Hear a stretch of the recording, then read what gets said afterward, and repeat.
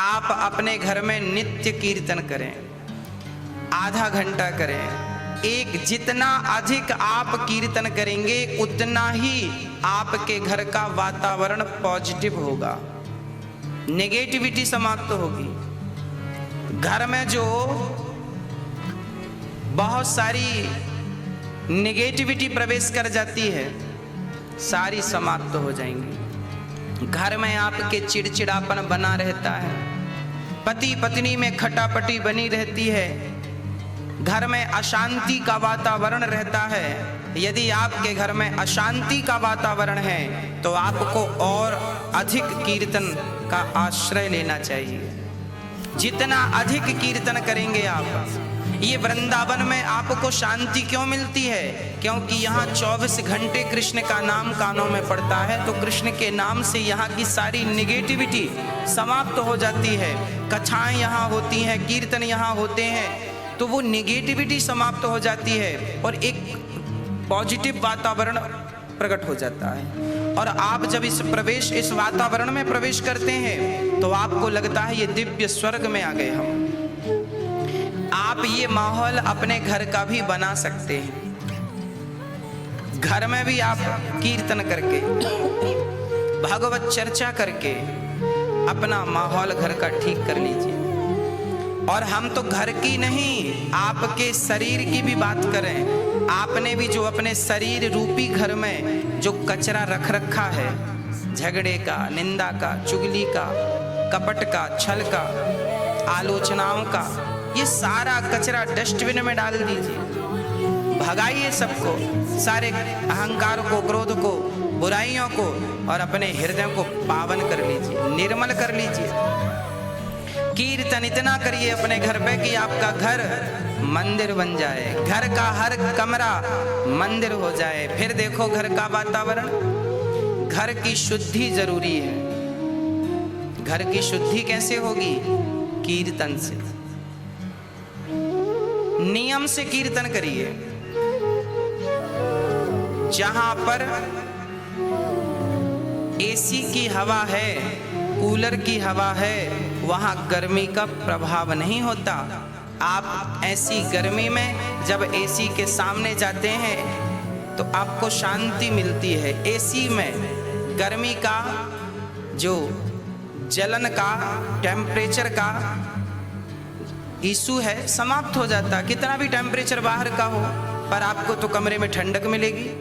ऐसे ही बाहर कितना भी कलयुग हो, कितना भी पाप हो, पर आपके घर का टेम्परेचर भक्ति से इतना नॉर्मल कर लो कि आपके घर में कोई आ भी जाए, अशांत व्यक्ति भी आ जाए, तो आपके घर में प्रवेश करते ही उसे शांति का अनुभव हो। इतना टेम्परेचर आपके घर का भक्ति से होना चाहिए, कीर्तन से होना चाहिए। जहाँ एसी की हवा है वहाँ गर्मी का प्रभाव नहीं है, जहाँ कीर्तन है वहाँ कलयुग का प्रभाव नहीं है। इसलिए आप अपने घर में शांति का प्रभाव बढ़ाइए, आनंद का प्रभाव बढ़ाइए। वो कब बढ़ेगा? जब कीर्तन बढ़ेगी, जब भगवत चर्चा बढ़ेगी। आप सरल सहज भाव से घर में रोज आधा घंटे कीर्तन करें। कैसे कीर्तन करें? प्रेम से कीर्तन करें, श्रीमन नारायण नारायण नारायण नारायण। जब रोज कीर्तन आप करेंगे तो आपके घर में एक आनंद की हवा चलेगी, एक सुख की अनुभूति होगी, बच्चों के संस्कार बनेंगे, घर के बिगड़े हुए काम बन जाएंगे। आपके घर में जो भी काम नहीं हो रहे हैं, मेरा विश्वास है कि आप अपने घर पर नित्य श्रद्धा से कीर्तन करते हैं तो भगवान आपकी हर इच्छा, आपका हर मनोरथ परिपूर्ण करते हैं। कई बहनों का मैं पिछली कथा में आपसे कई बार हमने कहा है ना कि आपकी जो भी इच्छा हुआ करे, आपको जो भी काम भगवान से करवाने हैं तो एक कागज में अपना वो लिख दो। जो भी काम चाहते हैं, आप जो भी चाहते हैं कागज में लिख दीजिए और लिख करके अपने घर के मंदिर में भगवान जी के चरणों के नीचे दबा दीजिए। और रोज आधा घंटा 1 घंटे कीर्तन करिए, परिवार सहित प्रेम से कीर्तन करिए। रोज कीर्तन करने से मैं आपको विश्वास दिलाता हूँ बहुत जल्दी आपका वो मनोरथ पूर्ण हो जाएगा जो कागज में लिखकर गोविंद के नीचे दबाया था आपने। पूरी इच्छाएं पूरी। मैं इसका प्रत्यक्ष उदाहरण हूँ। भगवान से जो भी इच्छा आप करेंगे, जो भी कहेंगे, पूरा होगा। पर उसके पहले आपको भगवान से प्रेम करना पड़ेगा। प्रेम करेंगे, कीर्तन करेंगे तो आपकी हर इच्छा पूरी होगी। और एक आपकी इच्छा अभी तक पूरी नहीं हुई, इसका मतलब है कि आपके प्रेम में और आपकी भक्ति में अभी कोई कमी है, उसे पूरा कीजिए और प्रेम बढ़ाइए और कीर्तन करिए। हाँ, आप कई बार माताएं बच्चे से कहती हैं, बेटा तुम हमें प्यार करते हो ना? बच्चा कहता है हाँ करते हैं। तो माँ पूछती है कितना प्यार करते हो? तो बच्चा कहता है इतना सारा करते हैं। हाँ, तो जैसे बच्चा इतना सारा प्यार अपनी माँ से करता है, ऐसे भक्त को भी भगवान से इतना सारा प्यार करना है।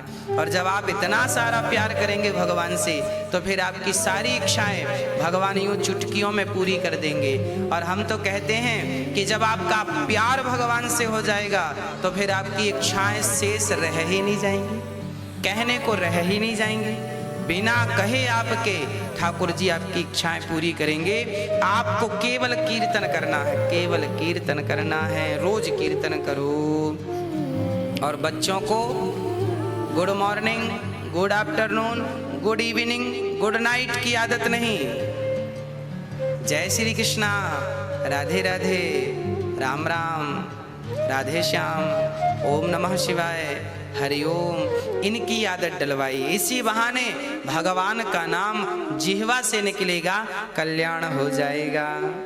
सुखदेव जी कहते हैं, राजन चिंता ना करो, आपके पास 7 दिन बहुत है। जिसे भगवान में मन लगाना हो उसे संग्रह परिग्रह में नहीं पड़ना चाहिए। वो तो जो मिल जाए प्रसाद मानकर रख ले और अधिक टेंशन ना पाले, भरोसे भगवान की रहे।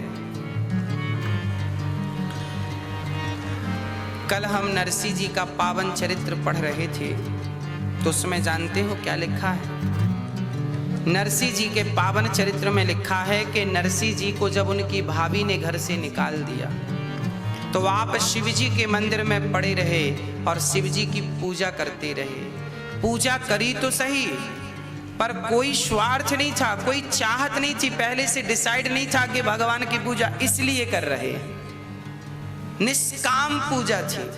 शंकर जी प्रकट हो गए, नरसिंह बोल तुम्हें क्या चाहिए? नरसिंह जी ने कहा, हे भोलेनाथ, मैं आपसे क्या बताऊं कि मुझे क्या चाहिए? नरसिंह जी ने कहा, प्रभु जो आपको प्रिय हो बस वो मुझे दिला दो, आपको जो प्रिय हो। तो शंकर जी को क्या प्रिय था? शंकर जी को तो राधा कृष्ण प्रिय हैं, सीताराम प्रिय हैं। तो शंकर जी ने कहा, ये भगत तो बड़ा चतुर है। तब वृंदावन ले आए नरसिंह जी को, और यहाँ नित्य रास में, जहाँ ठाकुर जी निधि वन में नित्य रास कर रहे हैं, वहाँ पर नरसिंह जी खड़े हो गए। शंकर जी ने कहा, यहाँ खड़े रहो। और जानते हो क्या लेकर खड़ा किया? नरसिंह जी को दिखाई नहीं पड़ रहा था, क्योंकि अंधकार था वहाँ। वो तो प्रकाश था भगवान के लिए, पर सामान्य प्राणी के लिए भला थोड़ी प्रकाश था वहाँ। तो नरसिंह जी मसाल लेकर खड़े थे, मसाल जल रही थी और नरसिंह जी खड़े होकर श्याम सुंदर का दर्शन कर रहे थे। वो राधा संग क्रीड़ा कर रहे थे, रास रचा रहे थे। कभी राधा के पाँव में पायल पहना रहे हैं तो कभी राधा को मना रहे हैं। लिखा है कि नरसिंह के हाथों में जो मसाल थी, वो मसाल जलती जलती नरसिंह के हाथ तक पहुंच गई। और जानते हो क्या हुआ? अब मसाल तो पूरी जल गई, आग हाथ में लग गई और हाथ जलने लगा। नरसिंह जी का हाथ जलने लगा, फिर भी नरसिंह जी खड़े हैं। मतलब क्या था? नरसिंह जी भूल गए कि मैं क्या हूं। भगवान की सेवा में स्वयं मशाल बनकर खुद जलने लगे, खुद प्रकाश करने लगे। इसका तात्पर्य यह है कि जीवात्मा जब तक अपने अस्तित्व को मिटा नहीं देता, अपने आप को भुला नहीं देता, तब तक भगवान की प्राप्ति संभव नहीं। अपने आप को मिटा दो, मैं कौन हूं, क्या हूँ, जब तक ये बोध होगा मैं अनिरुद्धाचार्य हूँ, मैं ये हूँ, मैं वो हूँ, जब तक आपको अपना ज्ञान होगा तब तक आपको भगवान का ज्ञान नहीं होगा। और जिस दिन भगवान का ज्ञान हुआ, सच कहता हूँ, आप अपने बारे में भूल जाएंगे कि आप कौन है। अपने आप को मिटा देना, जैसे मिश्री पानी में घुलकर खुद पानी हो जाती है, ऐसे भक्त जब भगवान में मिलकर स्वयं भगवान हो जाए, वही तो प्राप्ति है। मिटा दिया अपने आप को, अपने आप को भगवान की जो सेवा है उस सेवा में हम अपने आप को समर्पित कर दें, भगवान में ही डूब जाएं, यही भगवान की प्राप्ति का। बाद में भगवान ने नरसिंह जी को दर्शन दिया और नरसिंह जी को केदार राग दिया, पाँव में घुंघरू दिया, कहा जाओ मेरी भक्ति का प्रचार करना। तब नरसिंह जी जूनागढ़ गए और वहाँ उन्होंने भक्ति का प्रचार किया। उस समय महाराष्ट्र में कोई भगवान का भजन नहीं करता था, पर नरसिंह जी फिर गुजरात में और महाराष्ट्र, पूरे गुजरात में जहां भक्ति शून्य हो चुकी थी, उस समय लोग भगवान नारायण की पूजा नहीं करते थे, उस समय भगवान को लोग गालियां दिया करते थे। तब नरसिंह जी को भगवान ने कहा कि जाओ गुजरात में और महाराष्ट्र में जाओ और वहां जाकर के भक्ति की पुनः स्थापना करो। तब नरसिंह जी ने कीर्तन, नरसिंह जी ने भी कीर्तन किया। नरसिंह जी ने कीर्तन किया, मुख और कछु ना चाहिए, बस राधा कृष्ण मिलई दे। हाँ, राधा कृष्ण, वो क्या जपते, राधे कृष्ण राधे कृष्ण राधे कृष्ण राधे कृष्ण राधे कृष्ण राधे कृष्ण। नरसिंह जी राधे कृष्ण जपते हैं। और अंत में नरसिंह जी ने सारे लोगों के हृदय में भक्ति की ऐसी ज्योत जलाई, ऐसी दीपक जलाई कि आज तक नरसिंह को लोग भक्ति का अधिष्ठात्र मानते हैं, भक्ति का पावन स्वरूप मानते हैं कि इन्होंने भक्ति स्थापित की है हम सबके भीतर। ऐसे श्री नरसिंह जी को प्रणाम किया गया है। और आप कीर्तन करें नरसिंह की तरह, मीरा की तरह, केवल कीर्तन करने लग जाएं। हाँ, और जब कीर्तन करेंगे तो कल्याण होगा। भगवान नारायण ने ब्रह्मा को उत्पन्न किया, ब्रह्मा ने वेदों को समझा और सृष्टि की उत्पत्ति की। अब यहाँ पर सुखदेव भगवान से राजा परीक्षित ने प्रश्न किया कि हे गुरुदेव, आखिर इस सृष्टि में भगवान संसार में क्यों आते हैं? तब कहा कि भगवान प्रेम की स्थापना करने आते हैं, धर्म की स्थापना करने आते हैं। प्रेम कितना, भगवान एक बार शांति दूत बन करके गए और शांति दूत बन करके दुर्योधन के पास गए। कहा, दुर्योधन पांडवों को कम से कम 5 गांव तो दे दो। दुर्योधन बोला, 5 गांव क्या, सुई की नोक बराबर जमीन नहीं देंगे। इंसान की अपनी कितनी महत्वाकांक्षा होती है, अपनी महत्वाकांक्षा के लिए व्यक्ति क्या क्या करता है, अपनी इच्छाओं की पूर्ति के लिए व्यक्ति क्या क्या करता है। दुर्योधन ने पूरी प्रजा को बलि चढ़ा दिया अपनी इच्छाओं के लिए। मुझे हस्तिनापुर इंद्रप्रस्थ दोनों चाहिए। और धृतराष्ट्र भी सहयोग करते गए। परिणाम क्या हुआ? भगवान शांति दूत बनकर गए। भगवान ने कहा, दुर्योधन पांडवों को 5 गांव दे दो, झगड़ा खत्म।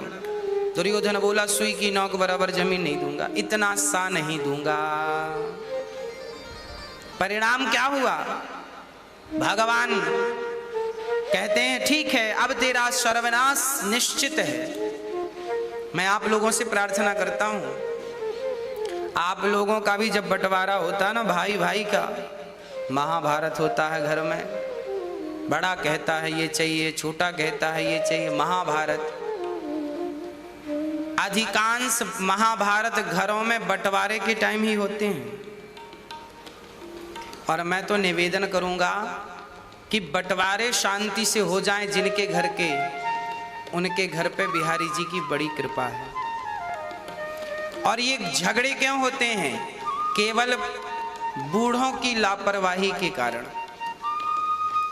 आप सही समय पर बंटवारा नहीं करते, उचित बंटवारा नहीं करते। अरे भाई, आप अपने लिए थोड़ा सा बचा के रख लो बुढ़ापे के लिए, बाकी बच्चों को बराबर बराबर बांट दो। जो आपकी सेवा ज्यादा करता हो उसको फिर वो अपना हिस्सा जो आपने अपने लिए रखा था मरते समय लिख के चले जाइए कि भाई मेरी इसने सेवा की, मरने के बाद ये खेत इसका, ये प्रॉपर्टी इसकी।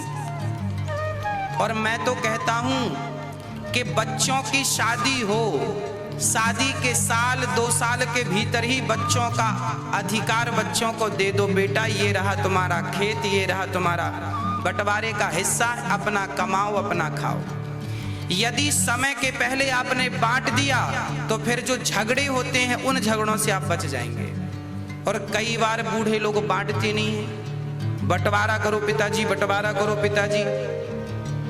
हाँ, बुढ़ापा आ गया बाप का, अभी तक बूढ़े ने बंटवारा नहीं किया, अब बच्चे झगड़ा कर रहे हैं। अरे सही वक्त में उनको दे दो ताकि वो अपना कमाने खाने लगे। आपकी मर्जी, जिसके हक में आपको रहना है आप रहो। बड़े भाई के संग, बड़े बेटे के संग रहना, बड़े बेटे के संग रहो, छोटे बेटे के संग। आपके पास आपकी थोड़ी सी प्रॉपर्टी बचा के रखना ताकि आपके बच्चे सेवा करेंगे आपके लालच में। हाँ, पर मैं तो निवेदन करूंगा, आज के जमाने में बच्चों की शादी हो, शादी के साल भर के अंदर उनकी प्रॉपर्टी दे दो। बेटा ये तेरा घर, ये तेरी, अब तेरी मर्जी। अब तू फिर साथ में रहे तो ये तेरा बड़प्पन, तेरी मर्जी, पर मैंने अपनी तरफ से अपना कर्तव्य पूरा किया। बाद में कल को झगड़ा ना हो प्रॉपर्टी को लेके। भाई में प्रॉपर्टी को लेके झगड़ा हो जाएगा ना तो कल को फिर वो गांठ पड़ जाती है। हम नहीं चाहते कि रिश्तों में गांठ पड़े। रिश्तों को भी वैसे ही सुलझाना चाहिए जैसे आप अपने बालों को सुलझाते हैं। रिश्तों को वैसे ही सुलझाना चाहिए जैसे आप अपने बालों को सुलझाते हैं। बाल टूटते नहीं, आहिस्ता आहिस्ता बाल सुलझाते हैं, टूटने नहीं देते। आप भी अपने रिश्तों को ऐसे सुलझाएं कि रिश्ते टूटे ना, भाई भाई से ना टूट जाए, पिता पुत्र से ना टूट जाए, टूटे ना, इसका आपको ख्याल रखना चाहिए। महाभारत का युद्ध क्यों हुआ? बंटवारे के कारण तो महाभारत हो गया। पांडव कहते हैं हमारा, अच्छा देखिए कितनी बढ़िया बात।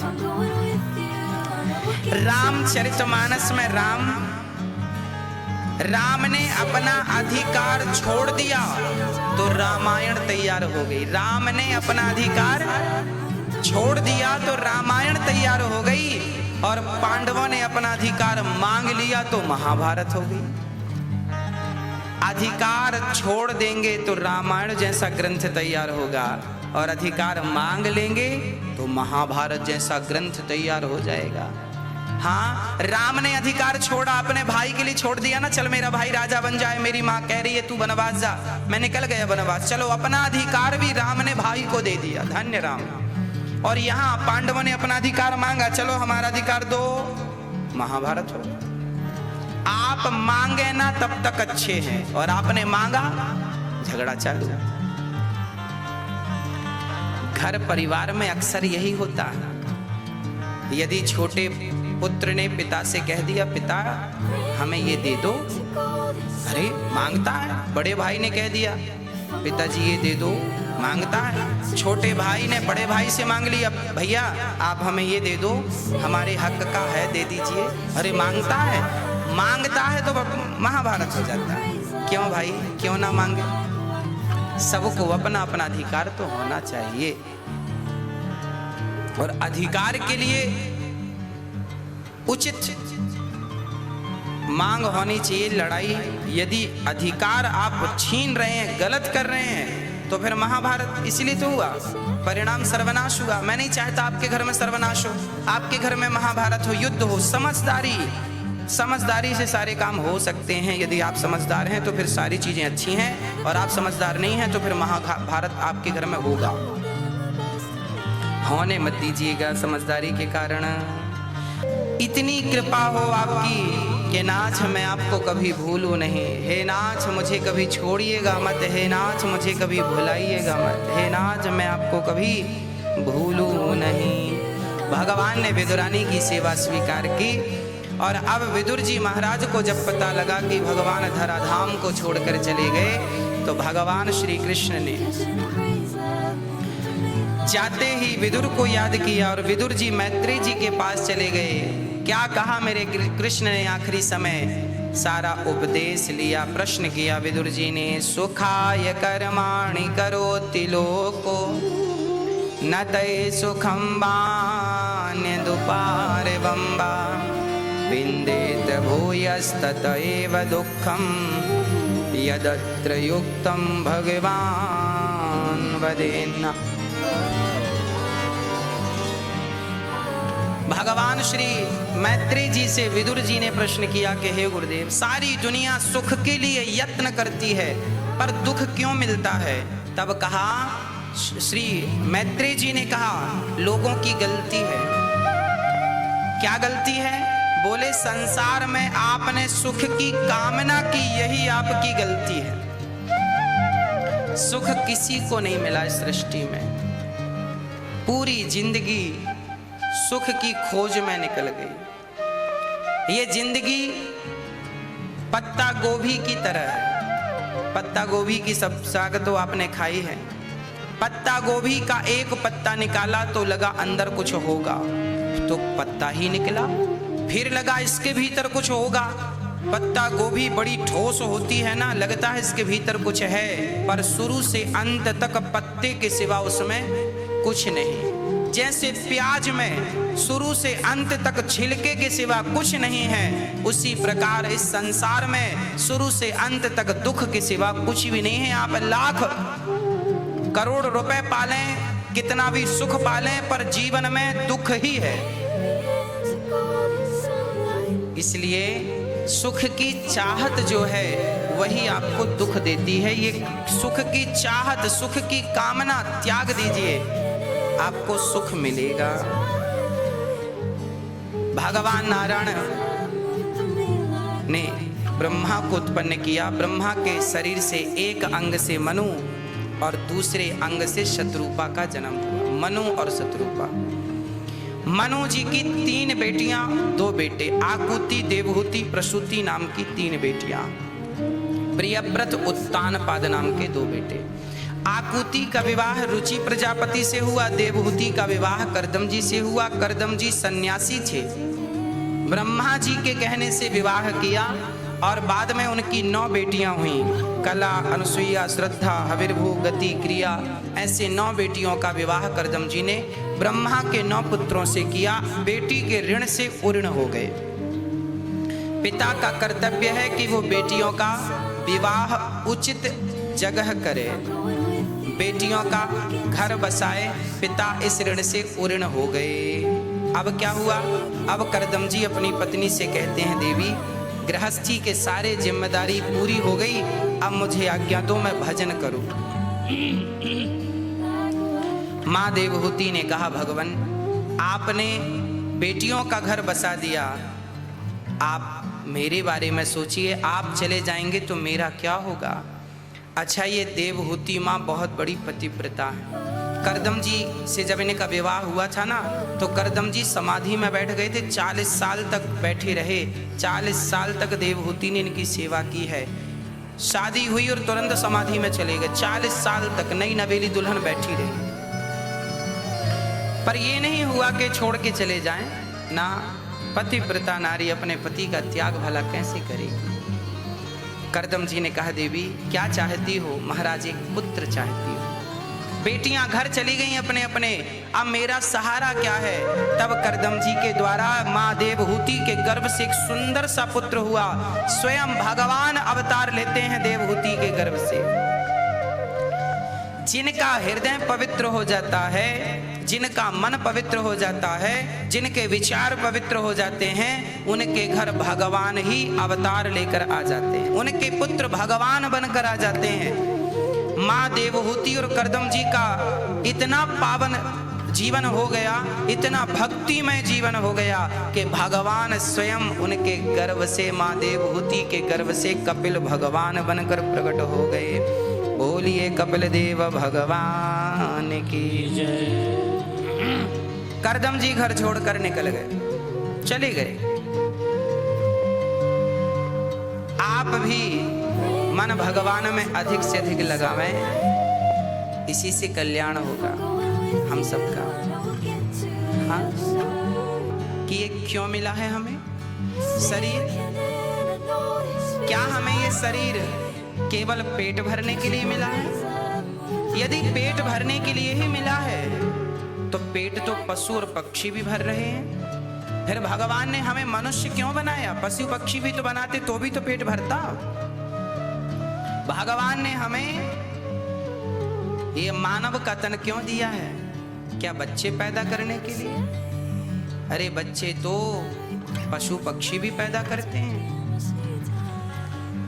पशु पक्षी के शरीर से भी संतान उत्पन्न हो सकती है, तो क्या ये शरीर केवल संतानोत्पत्ति के लिए दिया है ईश्वर ने? ना भक्तों, ना। केवल इस शरीर से पुत्र ही उत्पन्न ना करते रहना, केवल पेट ही ना भरते रहना, केवल गहरी नींद ही मत लेते रहना, बल्कि इस शरीर का कुछ और भी कार्य है। क्या काम है? बोले बैठकर मन भगवान, अपने मन का तार भगवान के चरण से जोड़ दो, भगवान के तार से तार मिला दो। विचार कर लो, इस सृष्टि में क्यों आए हो? आने का हेतु क्या है? क्या जो कर रहे हो क्या ये उचित है? क्या तुम निंदा करने आए हो? क्या तुम चुगली करने आए हो? क्या तुम लोगों का गला दबाने आए हो? क्या तुम दूसरों की आलोचनाएं करने आए हो? क्या यही करने आए हो इस सृष्टि में? ना, समय गया नहीं है, बहुत समय आपके पास और मेरे पास है। श्री कपिल भगवान का जन्म हुआ, करदम जी चले गए। एक दिन कपिल भगवान जब 8 वर्ष के हुए तो मां देवहूति कपिल भगवान को पास बिठा करके हाथ जोड़कर प्रश्न करने लगी, हे पुत्र, मेरा कल्याण कर दो। मेरा मन अभी संसार से छूटा नहीं है, बताओ मेरा मन संसार से कैसे छूटेगा? मां देवहूति ने कितना बढ़िया प्रश्न किया है, क्यों? बताओ कि मेरा मन संसार से कैसे छूटेगा? आपका भी शायद यही प्रश्न हो, आपका भी मन संसार से छूटता नहीं है, कैसे छूटेगा? बोले कमरे में अंधकार है, तो अंधकार को क्या आप लाठी लेके भगाओगे? केवल दीपक जला दीजिए। एक दीपक जला देंगे कमरे में तो कमरे का सारा अंधकार स्वतः मिट जाएगा। उसी प्रकार आपके हृदय में जब भगवत भक्ति प्रवेश कर जाएगी तो आपका मन संसार से अपने आप उठ जाएगा, हट जाएगा। आपके भीतर अभी अज्ञान ने अंधकार फैला रखा है। जिस दिन भक्ति की किरण पहुंच गई, ज्ञान का प्रकाश पहुंच गया आपके अंतःकरण में, उस दिन आप दुख से सुख की ओर आ जाएंगे। हाँ, आप मृत्यु से अमरता की ओर आ जाएंगे। यही तो अमरता है। लोग रो रो के जी रहे हैं, यही घुट घुट के जीना है, और लोग प्रसन्न चित्त से जिंदगी गुजार रहे हैं, यही तो अमरता है। अमृत क्या है? अरे मैं अपनी जिंदगी प्रसन्न चित्त से जी रहा हूं, जीते हुए औरों की सेवा करते हुए जी रहा हूं, यही अमरता है। और कुछ लोग स्वयं भी दुखी हैं, औरों को भी परेशान कर रहे हैं, ये तो विष की जिंदगी है। यही तो नरक है, यहीं पर स्वर्ग है, यहीं पर नरक है। जो घुट घुट के जी रहे हैं वो नरक में हैं, और जो जिंदगी को प्रसन्नता से व्यतीत कर रहे हैं वो स्वर्ग में हैं। आप कहाँ हैं? आपकी प्रसन्नता वहाँ करेगी, कहाँ हो आप? इसलिए प्रसन्न रहा करो। दिन को रात कर देना मेरे वश में नहीं है। सर्दी को गर्मी कर देना मेरे वश में नहीं है, पर अपने स्वभाव को बदल लेना, प्रसन्नता होंठों पर रख लेना, ये सबके वश में है। इसीलिए हर हाल में प्रसन्न रहा करो। और मन भटके तो परेशान होने की जरूरत नहीं है, आप मन से भगवान को भजो, क्योंकि मन तो बड़ा पापी है। हाँ, मन पापी है। समय है, सदुपयोग करिए। कपिल भगवान माँ देवहूति से क्या कहते हैं? कपिल भगवान से माँ देवहूति ने कहा, हे प्रभु, हाँ,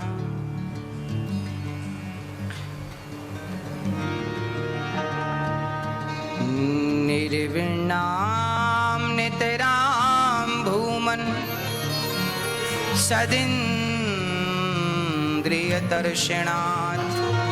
येन सम्भाव्यमानेन प्रपन्नान्धं तमः प्रभु। हे प्रभु, कपिल भगवान से माँ देवहूति ने कहा, प्रभु, मैं अपनी इन दुष्ट इंद्रियों से ऊब गई हूँ। इनकी इच्छाएं पूरी करते करते करते करते परेशान हो चुकी हूँ। पूरी जिंदगी हम अपनी इंद्रियों की इच्छाएं पूरी करते हैं। आंख कहती है अच्छा दिखा दो, कान कहते हैं अच्छा सुना दो, ये चमड़ी, ये त्वचा अच्छे अच्छे भोग, अच्छे अच्छे स्पर्श की तरफ भागती है।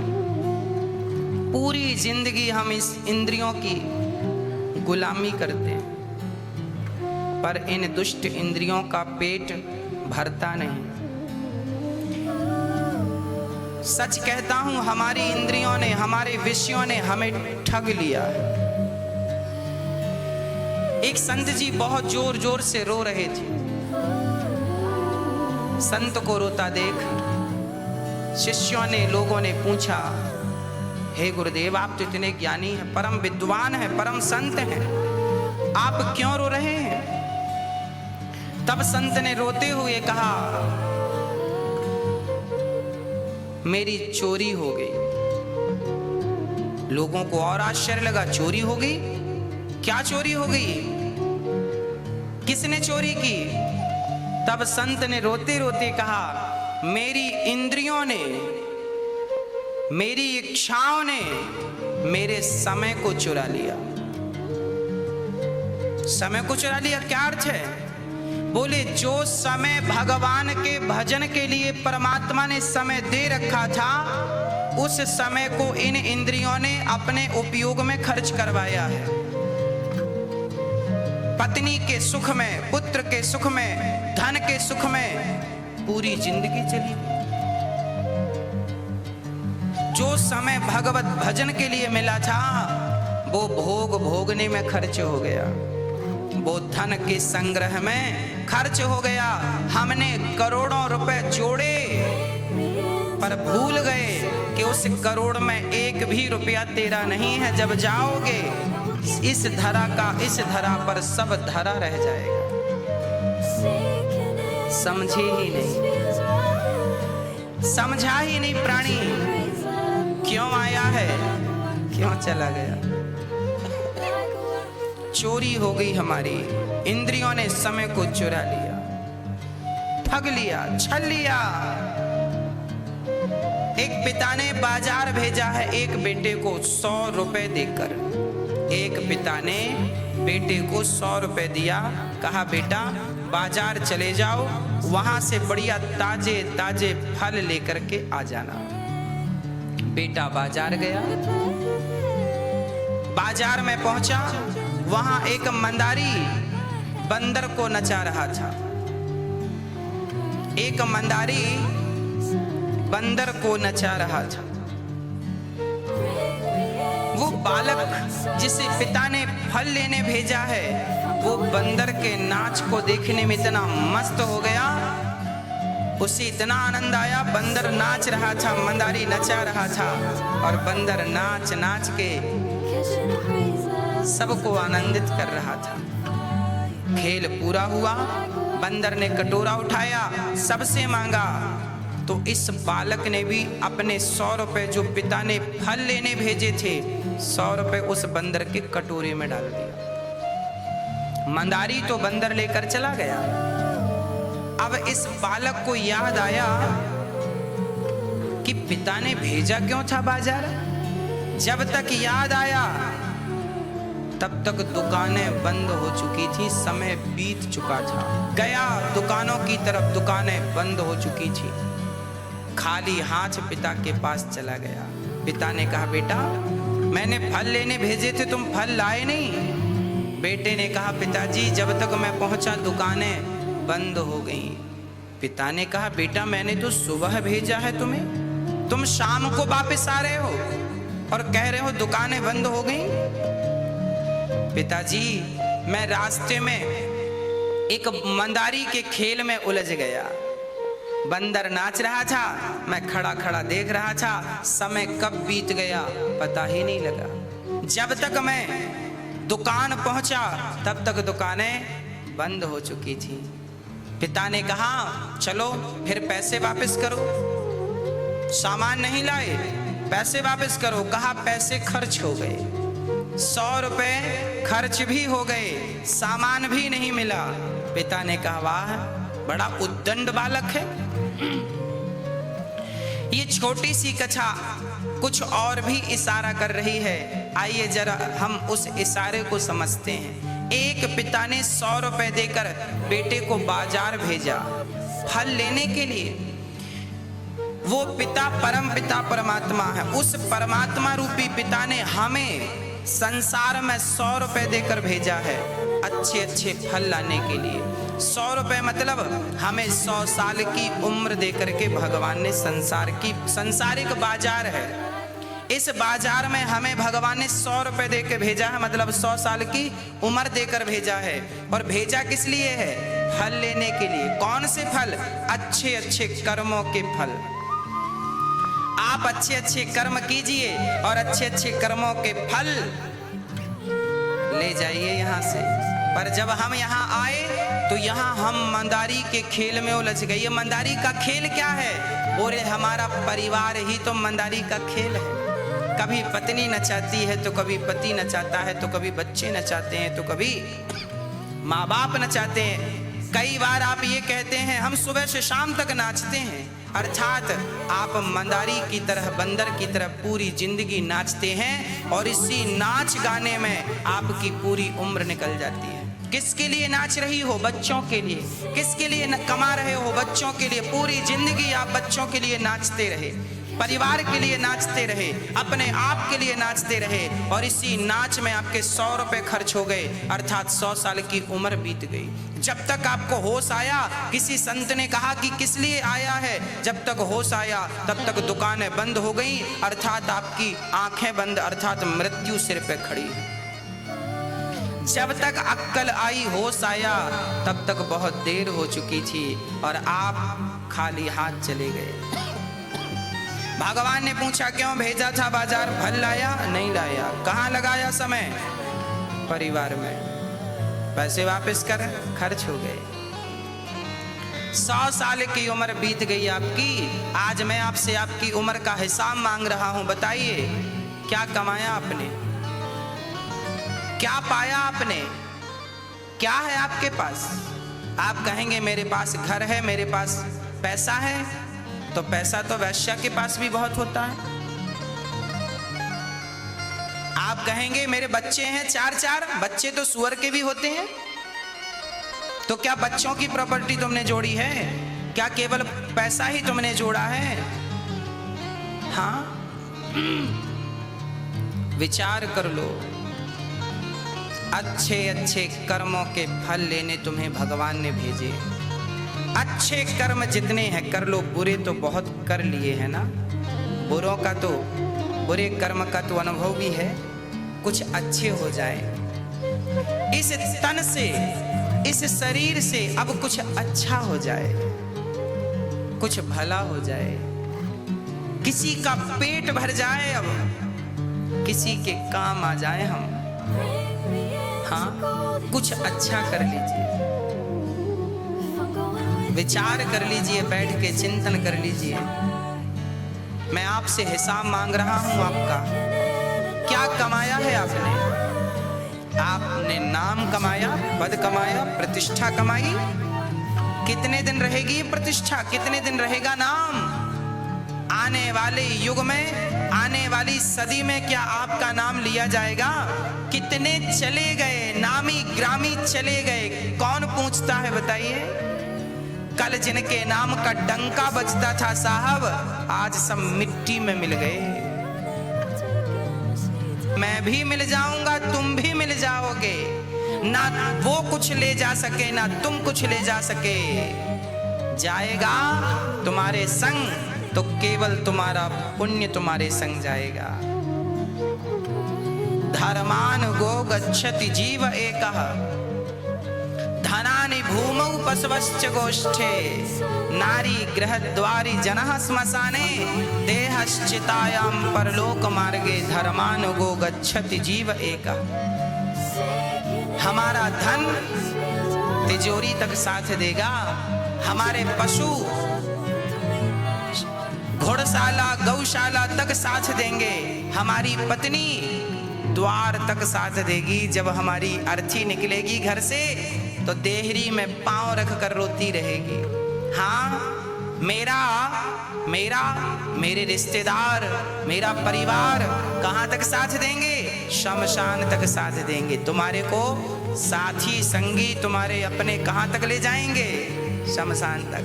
तुम्हारा परिवार शमशान तक तुम्हारे साथ रहेगा। तुम्हारा शरीर चिता तक साथ देगा। तुम्हारा शरीर कहाँ तक साथ देगा? चिता तक, जलते हुए तक साथ देगा। उससे आगे की यात्रा अकेले आपको करनी है। आगे कौन जाएगा? बोले आपके द्वारा किया हुआ धर्म, आपके द्वारा किया हुआ अच्छा और बुरा आपके संग आगे जाएगा। पाप की गठरी या पुण्य की गठरी आपके सिर पर होगी। अकेले अकेले जाना पड़ेगा। पुण्य करके जाना, पाप ना कर लेना। पुण्य के नाम पर पाप करता गया, ना इधर का रहा ना उधर का रहा। वासनाओं में जी जी के मरता गया, ना इधर का रहा ना उधर का। नाम ईश्वर का तूने न गाया कभी, जिसने पैदा किया, जिसने पाला तुझे, उम्र सारी गवाही है उनके लिए। तेरे अपनों ने ही मार डाला तुझे। जाल खुद ही बुना, खुद ही फंसता गया, ना इधर का रहा ना उधर का रहा। ना आपकी ये हालत ना हो जाए कि आप ना यहाँ के रहो ना वहाँ के रह जाओ।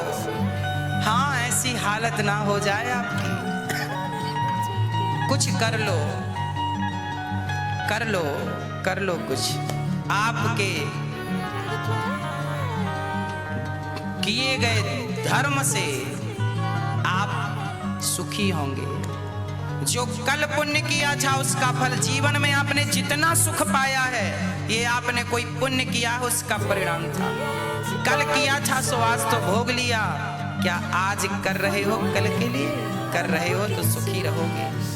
इसलिए कहता हूं, मेरी बूढ़ी माओं के बारे में जरूर सोचिएगा। परमार्थ करने का एक अवसर है आपके पास, परोपकार करने का एक अवसर है आपके पास। वृद्धाश्रम, वृद्ध माओं के लिए वृद्धाश्रम में आप सभी अपना सहयोग भेज सकते हैं। तो आप किसी को योगदान दे सकते हैं, आप किसी को सहयोग कर सकते हैं। हाँ, आप किसी एक माँ की आंखों के आंसू पहुंच सकते हैं, किसी एक माँ को भोजन की व्यवस्था कर सकते हैं। एक माँ जीवन भर आप 21,000 देकर किसी एक माँ को जीवन भर भोजन दे सकते हैं। एक रोटी का सहारा बन जाइए। और साथ ही आश्रम के निर्माण में आप बहुत जल्दी कार्य पूरा होगा। आश्रम के निर्माण में आप अपना योगदान पहुंचा सकते हैं। आश्रम निर्माण का तात्पर्य यह है कि आप किसी एक माँ को भोजन तो दें, पर किसी एक माँ को छाया भी आप दे सकते हैं। आश्रम के निर्माण में जो आप योगदान देंगे वो छाया ही तो है। किसी को छाया देना, छाया का योगदान देना, कितना बड़ा सहयोग होगा ये। और साथ ही यहाँ पर रोज अन्न क्षेत्र चल रहा है, आप अपनी आंखों से देख रहे हैं। देखिए ये अन्न क्षेत्र चल रहा है। ये रोज यहाँ पर 1000 लोग पेट भर के प्रसादी ग्रहण करते हैं। रोज आप अपने नेत्रों से देखिए, आकर भी देखिए, और टीवी से जो देख रहे हैं ये रोज का है। ये आज का ही दर्शन आप कर रहे हैं, कल का कल करेंगे। रोज नित्य चल रहा है अन्न क्षेत्र। आप बंदरों की सेवा से जुड़ सकते हैं। इन बंदरों का भला कौन है, हम इनका थोड़ा सा सहयोग, इनको इनके पेट भरने में मदद कर सकते हैं। हमें ईश्वर ने इस योग्य बनाया है तो हम कह रहे हैं। हम भी बंदर होते तो हम क्या कर पाते, क्या कह पाते। हम करने और कहने योग्य हैं, कर सकते हैं। आप भोजन में सहयोग कर सकते हैं, अन्न क्षेत्र से जुड़ सकते हैं। आप अपने धन को पावन कर सकते हैं। देखो बंदर केला खाते हैं, पेट भर के खाते हैं। ये आशीर्वाद मिलता है हमें। इनकी दुआएं, इनके अंदर से जो दुआएं निकलती हैं मिलती हैं हमें। और केवल बंदर नहीं, यहाँ पर लोग रोज पेट भर भर के प्रसाद पाते हैं। हमें रोज मिलता है इनका आशीर्वाद, रोज मिलती है इनकी दुआएं। रोज आप इस दुआ को लूट सकते हैं। यही तो पुण्य है, यही तो धन का सदुपयोग है। भगवान ने अब ये कहा कि किस प्रकार स्त्री के गर्भवती होते ही उसके गर्भ में किस प्रकार बच्चा उत्पन्न होता है। पूरी पद्धति बताई। ये मेडिकल साइंस है बहुत बड़ा। एक रात में स्त्री के गर्भ में जब वो बालक, पिता का वीर्य, पिता का तेज जब प्रवेश करता है तो एक रात में वह कलल बन जाता है। 5 रात्रि में बुदबुदे की तरह, 10 रात्रि में वह बेर की तरह, और 1 महीने में बच्चे का सिर तैयार होता है। दूसरा महीना लगते ही बच्चों के हाथ और पांव निकलने शुरू हो जाते हैं। तीसरा माह निकलते ही नख, रोम, अस्थि, चर्म और स्त्री पुरुष के चिन्ह। इसलिए तीसरे महीने में ही लिंग परीक्षण हो सकता है, उसके पहले नहीं। डॉक्टर भी, साइंस भी यही कहते हैं। और हमारे शास्त्रों, भागवत में ये बात हजारों साल पहले लिख चुकी है। भागवत में ये लिखा हुआ है ये प्रसंग। 4 महीने में बच्चों के शरीर में मांस, 7 धातुएं पैदा हो जाती हैं। 5वें महीने में भूख प्यास बच्चे को लगने लगती है। 6वें महीने में बच्चे को पूर्व काल का ज्ञान हो जाता है। मैंने कौन सा पाप किया जिसके कारण मुझे माँ के गर्भ में इतना कष्ट उठाना पड़ रहा है, ये सब उसे ज्ञात हो जाता है।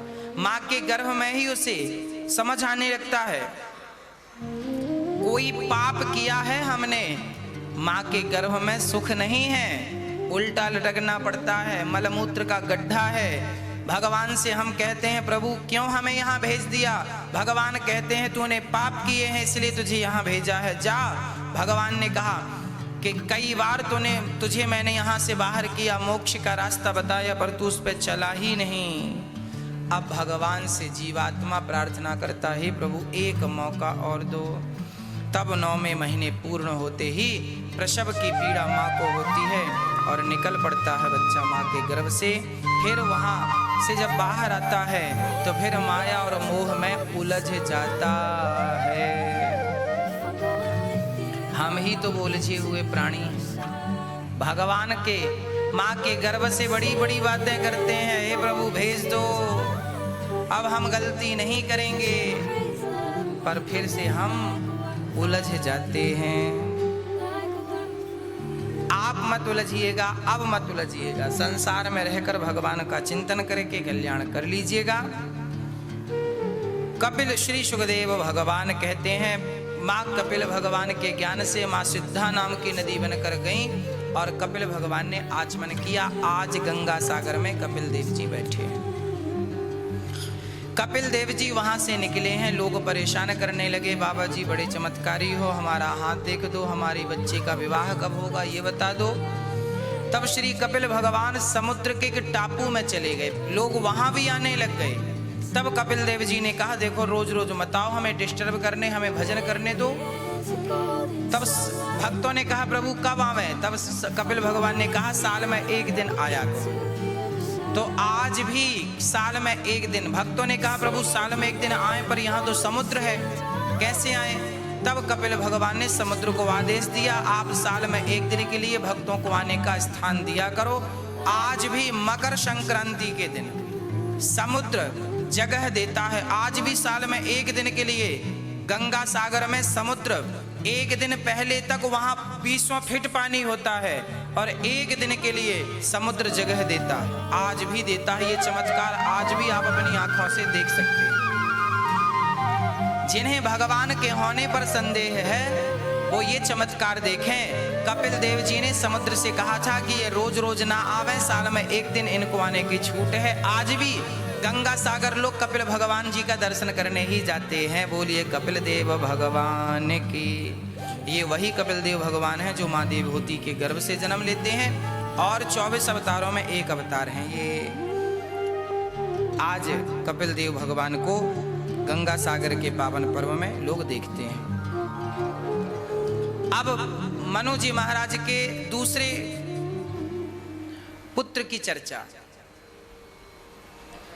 3 बेटियों की चर्चा, आकुति देवहूति की चर्चा हुई। प्रसूति के विवाह दक्ष से हुआ, दक्ष की छोटी बेटी का विवाह भगवान शिव से हुआ। एक बार भगवान शिव का अपमान कर दिया दक्ष ने,